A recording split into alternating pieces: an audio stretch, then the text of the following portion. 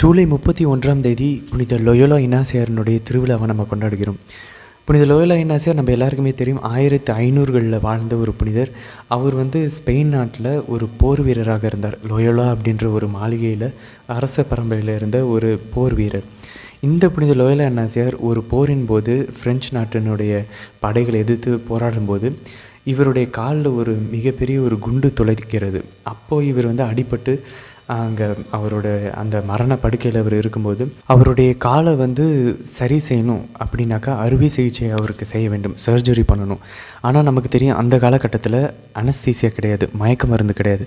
அப்போ மயக்க மருந்தே இல்லாமல் அவருடைய காலை அறுத்து அவருடைய எலும்புகளை உடச்சி எடுத்து அறுத்து அவருடைய காலை சரி செய்ய வேண்டும். அப்படி சரி செஞ்சு வச்சதுக்கப்புறம் முதல் முறை செஞ்சதுக்கப்புறமும் அவருடைய கால் சரியாக இல்லை. அது குணமானதுக்கப்புறம் தான் தெரியுது ஏத்தியும் தாத்தியமாக இருக்கிறது அப்படின்னு சொல்லி.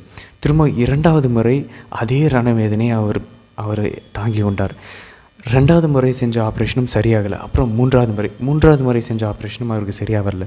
வாழ்நாள் முழுதும் ஒரு ஏத்தியும் தாத்தியமான ஒரு காலை வைத்து கொண்டு தான் புனித லொயோலா இன்னாசியார் வாழ வேண்டிய ஒரு கட்டாயம் ஏற்பட்டது. ஒரு பெரிய போர் வீரனாகி இளவரசியை கல்யாணம் செஞ்சு மிகப்பெரிய உலகத்தில் இருக்கக்கூடிய எல்லா பெருமைகளையும் சம்பாதிக்க வேண்டும் அப்படின்னு உலகத்தின் அந்த பெருமைகள் பின்னாடியும் அதனுடைய இச்சைகள் பின்னாடியும் ஓடிக்கொண்டிருந்த புனித லொயோலா இன்னாசியாருடைய கனவு சிதைக்கப்பட்டது. அப்போ அவருடைய படுக்கையில் அவர் இந்த 3 அறுவை சிகிச்சைகளிலிருந்து அவர் குணமடைந்து கொண்டிருக்கும்போது அவர் ஏதாவது ரொமான்டிக்கான புக்ஸ், ஏதாவது அவர் காதல் சம்மந்தப்பட்ட புத்தகங்கள் ஏதாவது வழங்கப்படணும் அப்படின்னு சொல்லி அவர் கேட்குறாரு. ஏன்னா அவர் கொஞ்சம் டைம் பாஸ் ஆகணும், அவருடைய கவனத்தை சிதறணும், திசை திருப்பணும் அப்படின்றதுக்காக அவர் கேட்குறாரு. ஆனால் கடவுளுடைய பராமரிப்பினால் அவருடைய இரக்கத்தினால அவருக்கு வழங்கப்பட்டது 2 புத்தகம் தான். ஒன்று லைஃப் ஆஃப் கிரைஸ்ட், கிறிஸ்துவின் வாழ்வு. யார் எழுதுனாக்க ருடால்ஃப் அப்படின்ற ஒரு கர்த்தூசியன் துறவி எழுதின புத்தகம். 2வது புத்தகம் என்ன வழங்கப்படுதுன்னா ஃப்ளவர்ஸ் ஆஃப் த செயின்ட்ஸ், அதாவது புனிதர்களினுடைய மலர்கள், அதாவது புனிதர்களுடைய வாழ்க்கை வரலாறு வழங்கப்படுகிறது. புனித லொயோலா இன்னாசியார் வேறு வழியே இல்லாமல் இந்த 2 புத்தகங்களையும் அவர் வாசிக்கிறாரு.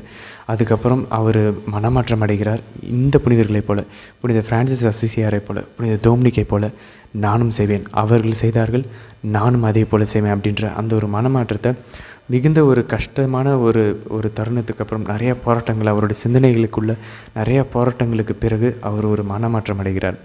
அப்போ அவர் இந்த ஒரு புதிய வாழ்வை துவங்கும்போது என்ன மாதிரியான விஷயங்கள் அவர் செஞ்சார், இந்த வீடியோவில் நம்ம அவர் செய்த 30 விஷயங்கள், அவருடைய அந்த பழைய வாழ்விலிருந்து புதிய வாழ்வுக்கு அவர் வருவதற்காக அவர் செய்த 30 விஷயங்களை இந்த வீடியோவில் நம்ம ஒன்றின் பின் ஒன்றாக பார்க்க போகிறோம். புனித லொயோலா இன்னாசியார் ஓரளவு அவருடைய உடம்பு ரெடியானதுக்கப்புறம், அவங்களுடைய அப்பா வீட்டை விட்டு அவர் வெளியே வந்ததுக்கப்புறம் அவர் முதல் செஞ்ச விஷயம் என்ன அப்படின்னாக்க, அவர் அடிக்கடி உபவாசம் இருக்க ஆரம்பித்தார். அதாவது ரெகுலராக இல்லாமல் ஃப்ரீக்வெண்ட்டாக அடிக்கடி உபவாசம் இருக்க ஆரம்பித்தார்.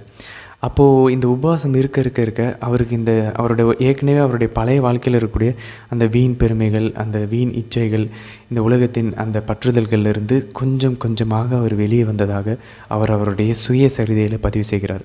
இப்போ நம்ம பார்க்க போகிற எல்லா இந்த 30 விஷயங்களுமே அவருடைய உதடுகள்னால் இன்னொரு இயேசு சபை குருவானவரிடம் கூறி அது பதிவு செய்யப்பட்ட ஆட்டோபயோகிராஃபி ஆஃப் செயின்ட் இக்னேஷியஸ், புனித லொயோலா இன்னாசியாரினுடைய சுயசரிதையினுடைய புத்தகத்திலிருந்து தான் நம்ம வாசிக்கிறோம். ரொம்ப சின்ன புத்தகம் தான், 8 சாப்டர்ஸ் தான் இருக்குது. அவருடைய வாழ்வில் நடந்த முக்கியமான விஷயங்களை மட்டும் புனித லொயோலா இன்னாசியார் அவராகவே அவருடைய வாயினால் சொல்லியிருக்கிறாரு. அதை பதிவு செய்யப்பட்டிருக்கு. அந்த புத்தகத்தை நீங்கள் டவுன்லோட் பண்ணி ஆங்கிலத்தில் படிக்கணும்னு நினச்சிங்கன்னா இந்த வீடியோட டிஸ்கிரிப்ஷனில் அதுக்கான லிங்க் கொடுக்கப்பட்டிருக்கு. அதை நீங்கள் கிளிக் பண்ணி டவுன்லோட் பண்ணி நீங்கள் படித்து பயன்பெறலாம்.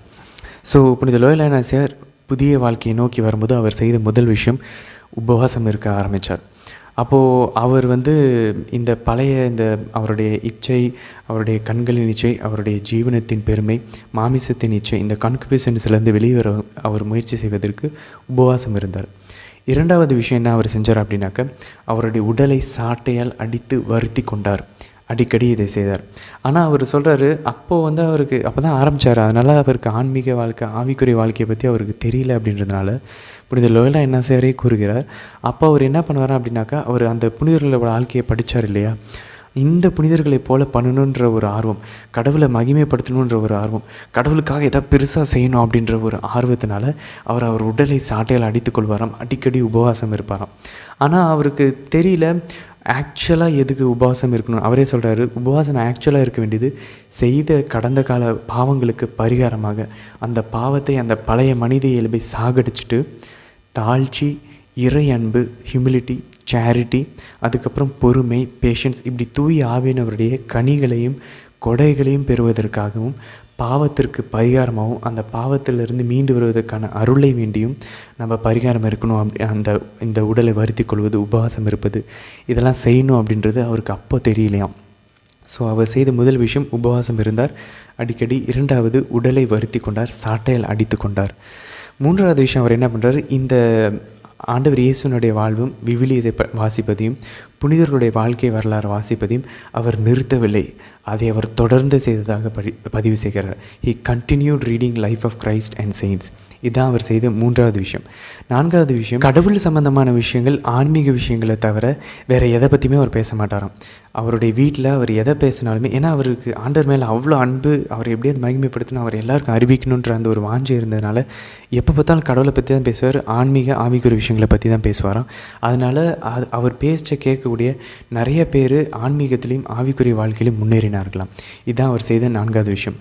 ஐந்தாவது விஷயம், அந்த நாளிலிருந்து அவர் மனமாற்றம் ஆகணும்னு அந்த புதிய வாழ்க்கைக்குள்ளே அவர் நுழைந்தபோது அடிக்கடி நிறையா ஒவ்வொரு இரவு கண் விழித்து அவர் ஜெபிக்க அவர் துவங்கினாராம். So night discipline, night vigil அவர் செய்ய துவங்கினார். இதுதான் அவர் செய்த ஐந்தாவது விஷயம். ஆறாவது விஷயம், மாதவடி திருத்தலங்களுக்கு அவர் அந்த பயணத்தை அவர் மேற்கொண்டு அவங்க அப்பா வீட்டை விட்டு அவர் வெளியேறி அவர் சென்றபோது அங்கே வழியில் இருக்கக்கூடிய மாதா திருத்தலங்களுக்கு சென்று அங்கே ஒரு நைட்டு முழுதும் அவருடைய இந்த புதிய வாழ்க்கைக்கு தேவையான அந்த பலத்தை தர வேண்டி இரவு முழுதும் அவர் கண் விழித்து மாதாவுடைய திருத்தலத்தில் மாதாவுடைய பீடத்தின் முன்பாக அவர் ஜெபிப்பாராம். மாதாவுடைய சுரூபங்களுக்கு முன்னாடி அவர் ஜெபிப்பாராம்.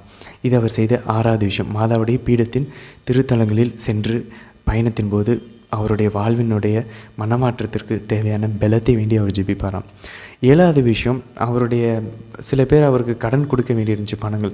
அந்த பணத்தெல்லாம் வாங்கி அவர் யாருக்கெல்லாம் நன்றி உணர்வோடு இருந்தாரோ அவங்களுக்கெல்லாம் அதை பகிர்ந்து கொடுத்துட்டு, அதே நேரத்தில் மாதாவுடைய ஒரு படத்தை அவர் அதை ரெஸ்டோர் பண்ணுறதுக்கு, அதை திரும்ப புதுப்பிப்பதற்கு அவர் அந்த பணத்தை கொடுத்து விட்டு எந்த பணமும் இல்லாமல் அவர் ஏழ்மையை கடைபிடிக்க ஆரம்பித்தார். இதான் அவர் செய்த ஏழாவது விஷயம்.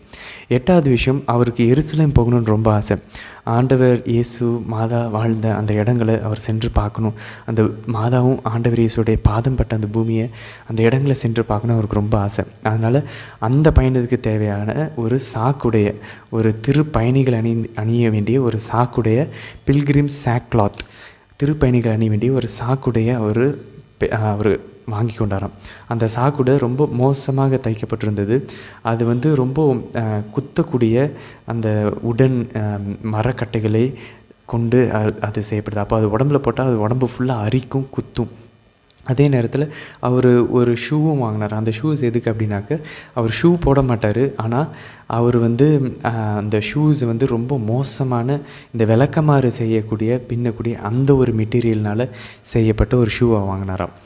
இதுதான் அவர் செய்த எட்டாவது, சாக்குடையை வாங்கினார். ஒன்பதாவது, அவர் அவருடைய முட்டிக்கு கீழே ஒரு கயிறுனால் அவர் காலை இறுக்கமாக கட்டியிருப்பாராம். அவர் செஞ்ச பாவங்களுக்கு பரிகாரமாக கால் வலிக்க வேண்டும் என்பதற்காக இறுக்கி கட்டியிருப்பாராம். அதனால் அந்த நைட் நேரங்களில் அந்த கால் இவர் குதிரையில் தான் பயணம் செய்கிறார்.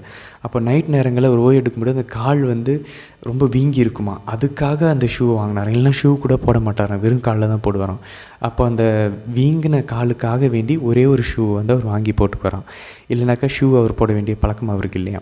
பத்தாவது, அவர் பயணத்தின் போது ஒரு தடி, இந்த திருப்பயணிகள் எடுத்துக்கொள்ளக்கூடிய பில்கிரிம் ஸ்டாஃப், ஒரு தடியும் ஒரு காட் டு ட்ரிங்க், அதாவது தண்ணி குடிப்பதற்கான, தண்ணி வைத்திருப்பதற்கான ஒரு தோல்பை இல்லை ஒரு பாட்டில் நம்ம வச்சுக்கலாம் இப்போத்தைய காலகட்டத்தில்.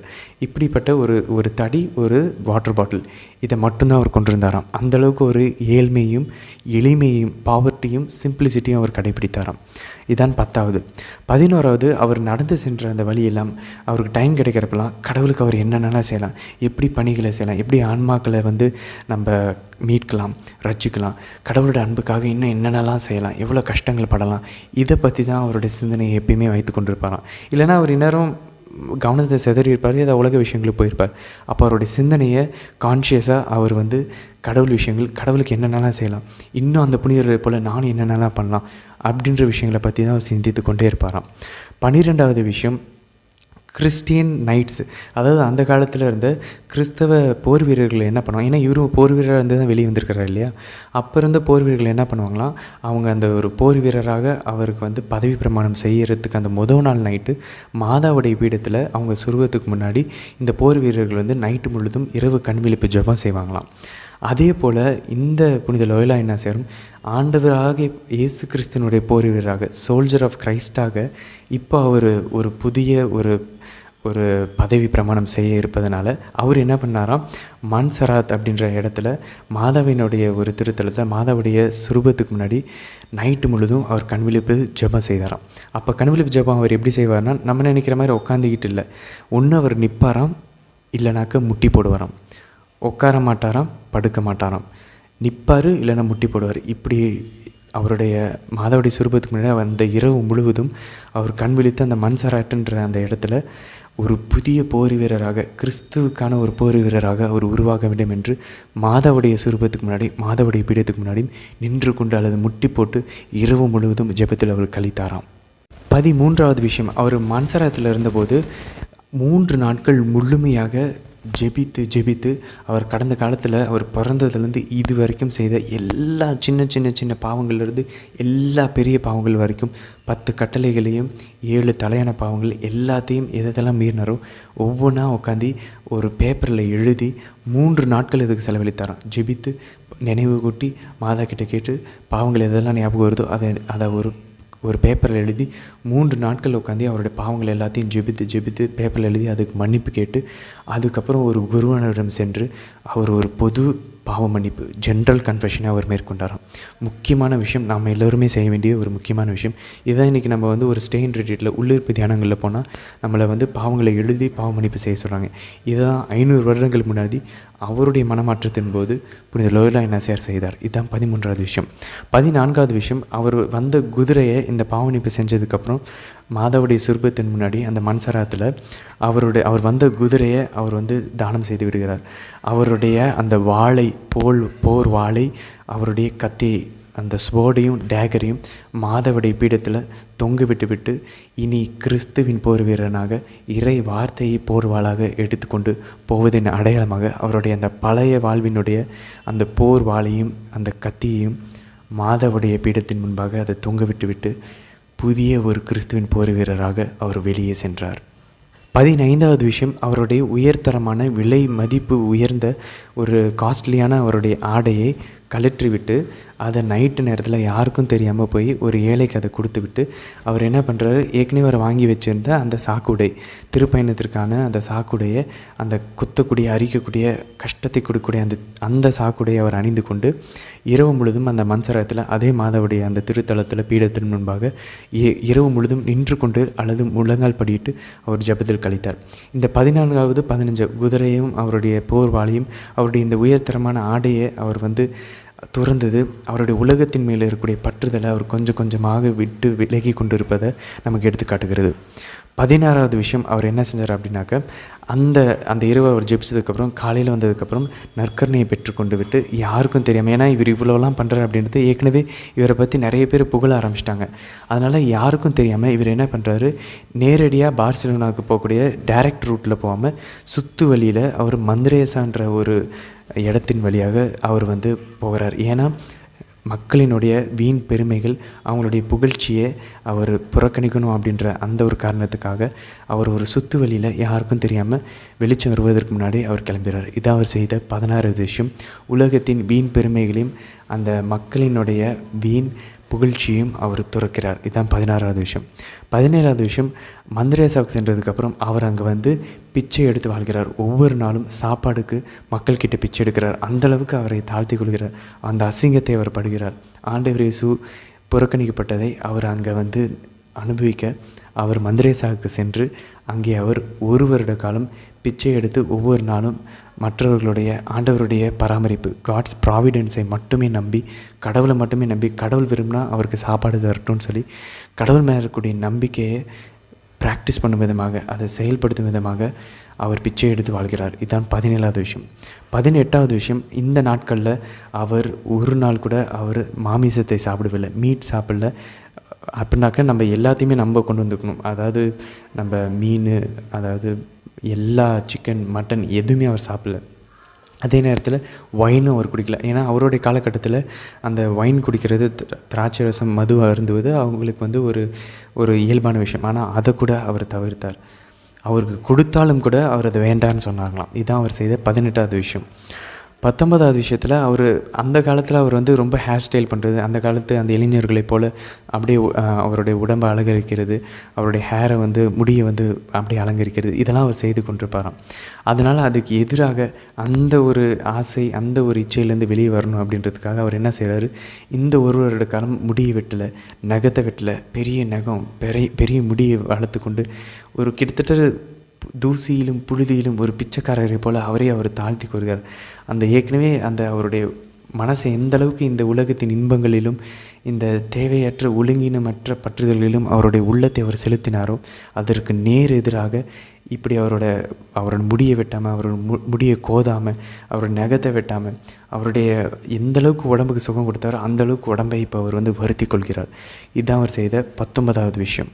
20வது விஷயம் ரொம்ப முக்கியமானது.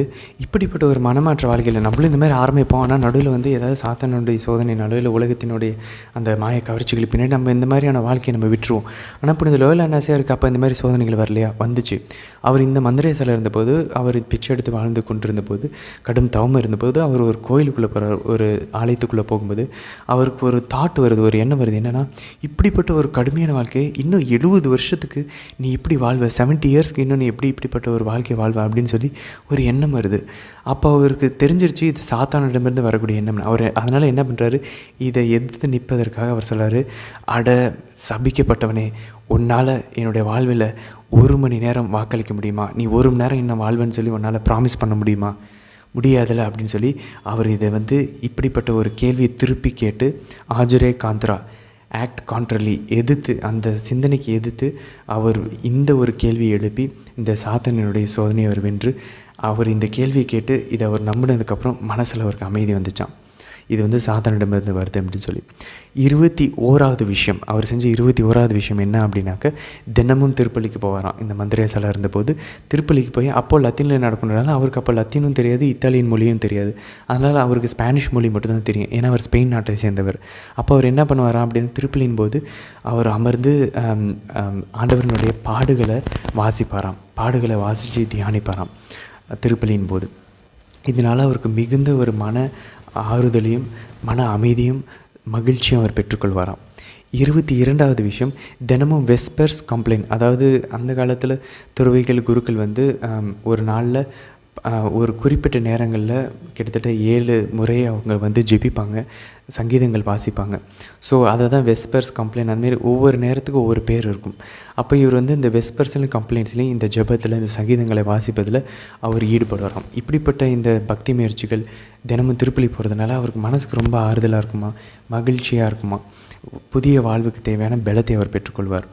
23வது விஷயம் என்ன அப்படின்னாக்கா, சில சமயம் இந்த மாதிரி திருப்பலிக்கு போகும்போதோ, இந்த மாதிரி வெஸ்பர்ஸ் கம்ப்ளைண்ட், இந்த ஜபங்களில் இந்த சங்கீதங்களை வாசித்து ஜப வழிபாடுகள் செய்யும்போது அவருக்கு ரொம்ப ஆறுதல் இருக்கும். சில நேரங்களில் ஒரு விரக்தியான சூழ்நிலை, கைவிடப்பட்ட சூழ்நிலை, தனிமையை அவர் ஃபீல் பண்ணுவாராம்.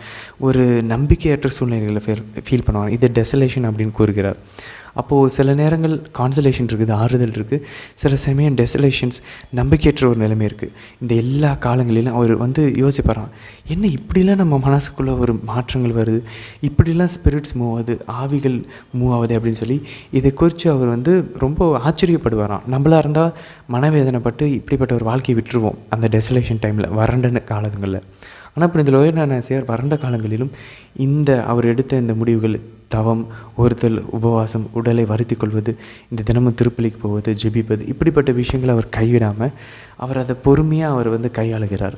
இதுதான் அவர் செய்த 23வது விஷயம். 24வது விஷயம், வாரம் ஒரு முறை அவர் வந்து கன்ஃபெஷன் போவார். பாவசங்கீதனம் செய்து அவர் நற்கரணையை, திருப்பலியை கண்டு நற்கரணை பெற்றுக்கொள்வார். அப்போ தினமும் திருப்பலிக்கு போகிறார், ஆனால் நற்கரணை பெற மாட்டேங்கிறார். தகுந்த முறையில் தயாரித்து வாரம் ஒரு முறை மட்டும்தான் அவர் நற்கரணை பெற்றுக்கொள்கிறார். ஆனால் அதுக்கு முன்னாடி பாவசங்கீதனம் செய்கிறார். இதான் அவர் செய்த முக்கியமான 24வது விஷயம். 25வது விஷயம், இவர் என்ன பண்ணுறாருனாக்கா, அடிக்கடி இவருக்கு குற்ற உணர்வு வருகிறது. அவர் பாவசங்கத்தில் ஏற்கனவே ஒரு ஜென்ரல் கன்ஃபெஷன் பண்ணிட்டார். அங்கே மன்சராத்தில் இருந்தபோதே அவர் வந்து 3 நாள் ஸ்பெண்ட் பண்ணி ஜபத்தில் எல்லா பாவங்களையும் அவர் வந்து அறிக்கையிட்டார். ஆனால் அந்த பாவங்களினோட ஒரு சில டீட்டெயில்ஸ், ஒரு சில விவரங்களை அவர் வந்து முழுசாக அறிக்கையிடாமல் அவர் விட்டுருக்கார். அப்போ அந்த டீட்டெயில்ஸ் முதல்ல கொண்டு சொல்லணும் அப்படின்றதுனால அது சொல்லாமல் இருந்ததுனால அவருக்கு அடிக்கடி குற்ற உணர்வு வரும். ஸ்க்ரூப்பிள்ஸ் அப்படின்வாங்க, ஸ்க்ரூப்பிள்ஸ் வருது. அப்போ அவர் என்ன பண்ணுறாரு, போய் திரும்பவும் செஞ்ச பாவத்தை திரும்ப அவர் வந்து டீட்டெயில்டாக அவர் வந்து செய்கிறார். நான் இந்த டீட்டெயிலை சொல்ல விட்டேன் அப்படின்னு சொல்லி அவருடைய குருவானவரிடம் போய் அவர் வந்து அந்த பாவங்களை திரும்பவும் அறிக்கையிடுகிறார் முழு விவரத்தோடு. அதாவது அந்த கொஞ்சம் கூட அந்த அவர் செஞ்ச பாவத்தினோட அந்த டீட்டெயில் கூட அறிக்கையிடாமல் விடப்படக்கூடாது அப்படின்ற அந்த ஒரு குற்ற உணர்வு அவருக்கு. அதனால் அவர் ரொம்ப கஷ்டப்படுகிறார். இதுதான் அவர் செய்த 25வது விஷயம். 26வது விஷயம், ஒவ்வொரு நாளும் இந்த மந்திரேசாவில் இருந்தபோது ஒவ்வொரு நாளும் 7 மணி நேரம் முழங்காலிலிருந்து ஜெபிப்பாராம்.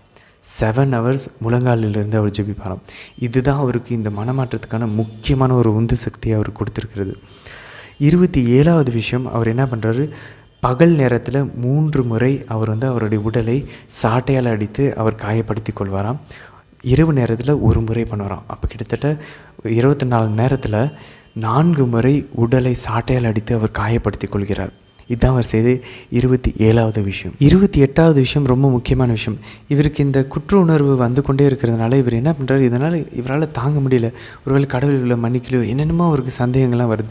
இதிலிருந்து விடுபடணும் அப்படின்னு நினச்சப்ப இவருக்கு ஒரு புனிதர் ஞாபகம் வராரு. அந்த புனிதர் என்ன செஞ்சுருக்கிறாரு, அவருடைய அந்த வேண்டுதல் நிறைவேறும் வரை அவர் உண்ணவும் இல்லை குடிக்கவும் இல்லை அப்படின்றத அவருக்கு வருகிறது. அப்போ இவர் என்ன பண்ணுறாரு, சரி நமக்கும் இந்த குற்ற உணர்வு நம்மளை விட்டு வெளியே போகணும் அப்படின்றதுக்காக கடவுள் அவர் மேலே இறக்கப்பட்டு இந்த குற்ற உணர்வை ஒன்று எடுக்கணும். அப்படி இல்லைனாக்க அவர் சாகும் தருவாய்க்கு போகும் வரைக்கும், சாக போகிறோம் அப்படின்னு தெரிஞ்சால் மட்டும்தான் அவர் சாப்பிடுவாராம். அது வரைக்கும் ஒன்று கடவுள் இறக்கப்படணும், இல்லைனா சாகும் தருவாய்க்கு போகணும். இந்த 2 விஷயம் நடக்கிற வரைக்கும் அவர் எதுவும் சாப்பிடக்கூடாது, தண்ணியும் குடிக்கக்கூடாதுன்னு சொல்லி அவர் முடிவெடுத்து அவர் என்ன பண்ணுறாரு, ஒரு நாள் ஞாயிற்றுக்கிழமை பாவசங்கம் செஞ்சுட்டு நற்கண்ணை பெற்றுக்கொண்டதுக்கப்புறம் அவருடைய உபவாசத்தை துவங்குகிறார். தண்ணியில் இருந்தும் சாப்பாட்டில் இருந்தும் உபவாசத்தை அவர் ஆரம்பித்து 7 நாள் போகுது. 7 நாள் இவர் உபவாசம் இருக்கிறார்.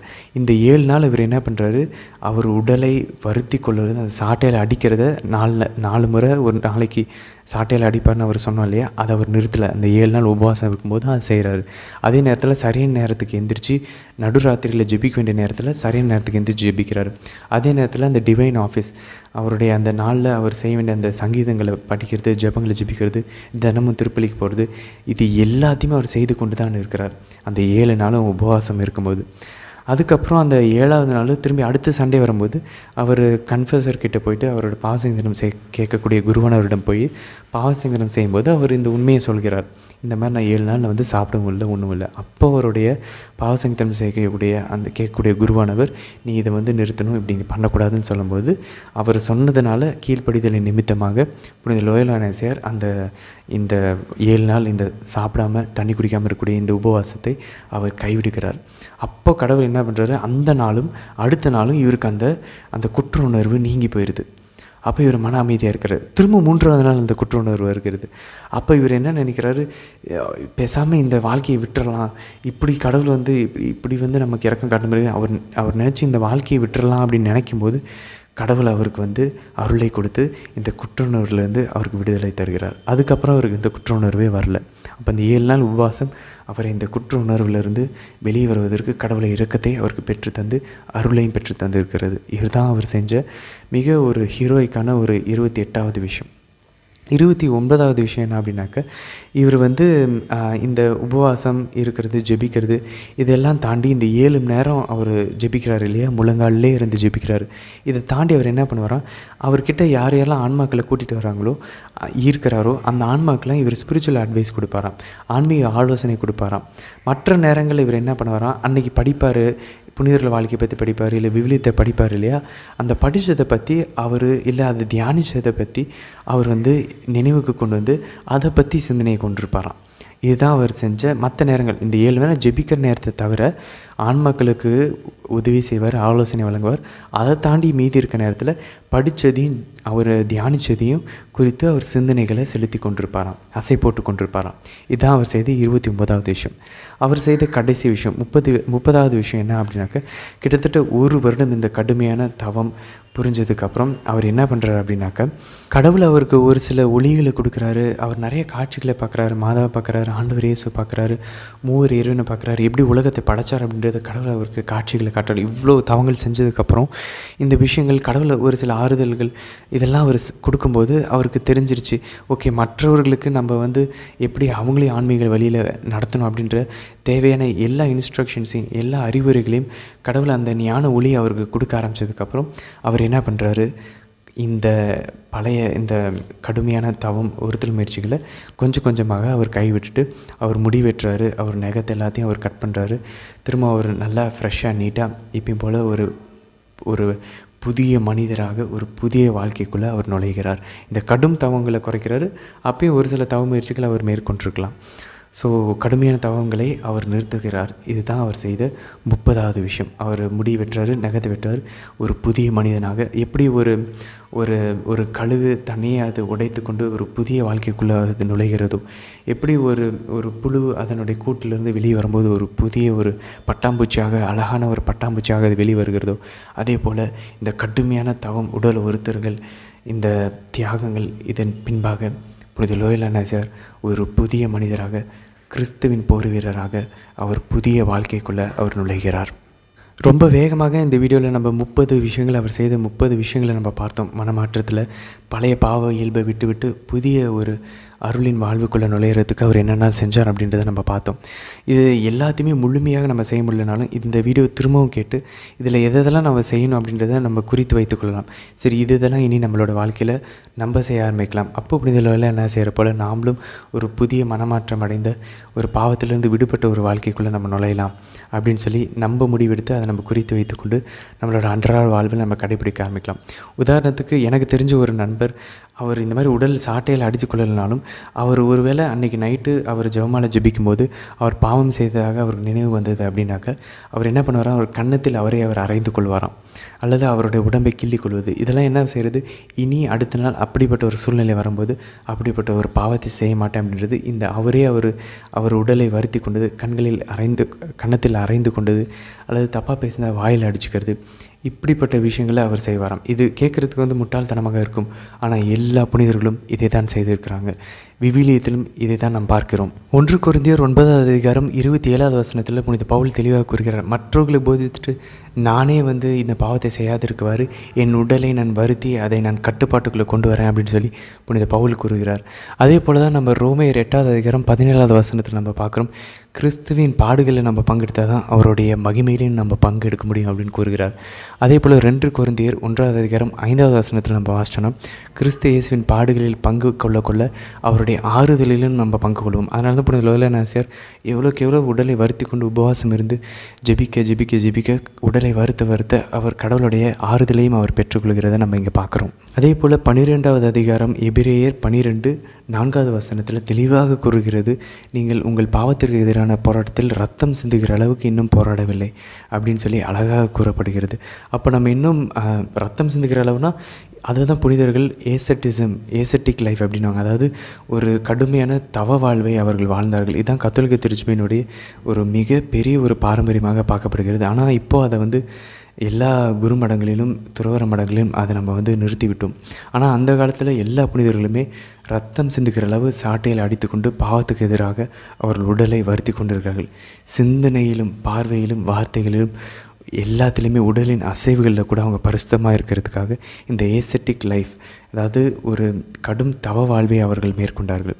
அதே நம்ம 1 பேதுரு 2வது அதிகாரம் 21வது வசனம், அதே 1 பேதுரு 4வது அதிகாரம் 1வது வசனம் 13வது வசனம், அதே போல் 1 பேதுரு 5வது அதிகாரம் 1வது வசனம் 10வது வசனங்கள், இதில் எல்லாத்துலேயும் வாசனத்திலையும் புனித பேதுரும் அழகாக கூறுகிறார், நீங்கள் கிறிஸ்து இயேசு நமக்காக பாடுபட்டு ஒரு முன்மாதிரியை விட்டு சென்றுகிறார், அதே மனநிலையை நீங்களும் கொண்டிருங்கள், அவரோடு சேர்ந்து நீங்கள் பாடுகள் படுங்கள் அப்படின்னு சொல்லி புனித பேதுருவும் நமக்கு கூறுகிறார்.